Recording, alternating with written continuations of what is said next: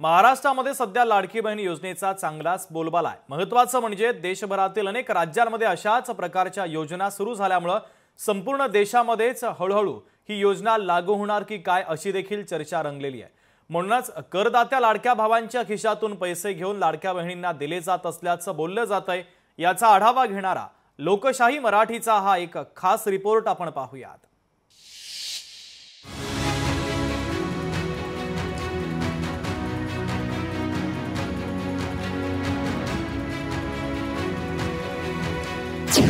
लाडक्या बहिणींना आधार, करदात्यांवर भार।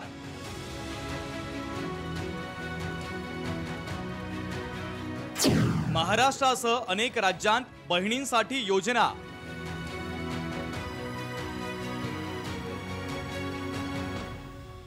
दिल्लीतही बहिणींना मिळणार 2500 रुपये।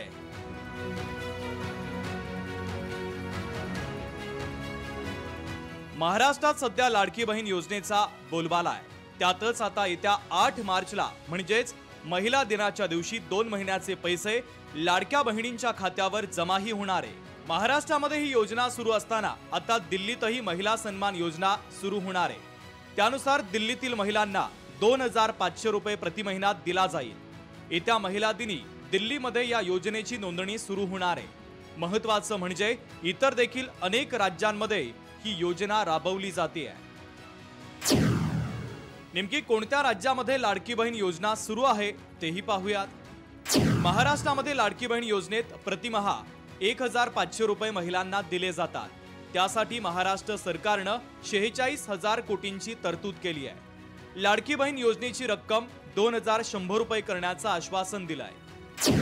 तिकडे मध्य प्रदेशात देखील लाडली बहना योजनेसाठी त्यासाठी त्यांनी 60,000 कोटींची तरतूद केलेली आहे। मध्य प्रदेशात आधी 1000 रुपये नंतर 1250 रुपये प्रति महिन्याला दिले जात होते। मध्य प्रदेशातील महिलांना लवकरच प्रति महिना आता 3000 रुपये मिळणार आहे। दिल्लीत महिला सन्मान योजना सुरू होणार असून महिलांना प्रति महिना 2500 रुपये दिले जातील। दिल्लीमध्ये त्या 8 मार्च पासून महिला दिनी या योजनेसाठीची नोंदणी देखील सुरू होणार आहे। झारखंडमध्ये मैया सन्मान योजनेत महिलांना 1000 रुपये दिले जातात। तर तिकडे कर्नाटकमध्ये गृहलक्ष्मी योजनेच्या अंतर्गत महिलांना प्रति महिन्याला 2000 रुपये सरकार देतं।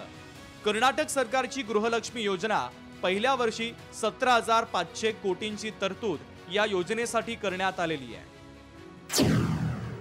महाराष्ट्रामध्ये लाडकी बहीण योजनेतील लाभार्थ्यांची सध्या पडताळणी सुरू आहे। त्यात लाखो महिला अपात्र होत असल्यामुळे विरोधकांनी आरोप सुरू केलेले आहेत। लाडक्या बहीण योजनेमध्ये 50 लाख महिलांचं त्या ठिकाणी जे योजना सुरू आहे ती त्या ठिकाणी बंद केली जाणार आहे। म्हणजे इलेक्शनला तुम्ही ॲडव्हान्समध्ये पैसे देता आणि आता तुम्ही म्हणता 50 लाखाचं टार्गेट आम्ही ठेवलंय की तिथं कमी झालं पाहिजे। एक्सपेरिमेंट जो होता निवडणुका जिंकण्यासाठी होता। आता ऑटोमॅटिकली लाडकी बहीणचे पण पैसे कमी होत जाणार आहे, लाडके भावांवरती पण होणार आहे। कंत्राटदारांनी जे कामं केलेली राज्यामध्ये त्यांना पेमेंट भेटत नाही।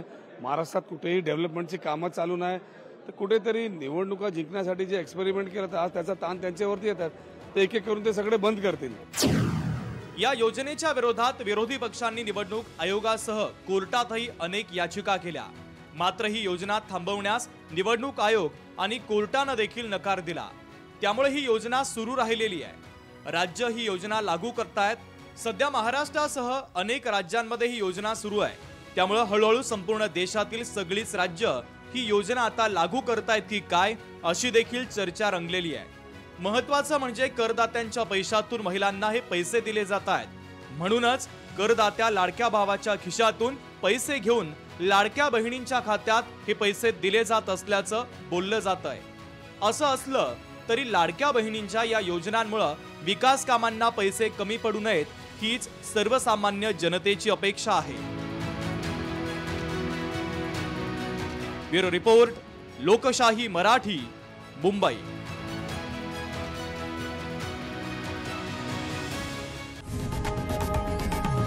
लोकशाही मराठी ऐका, पहा, जागरूक रहा।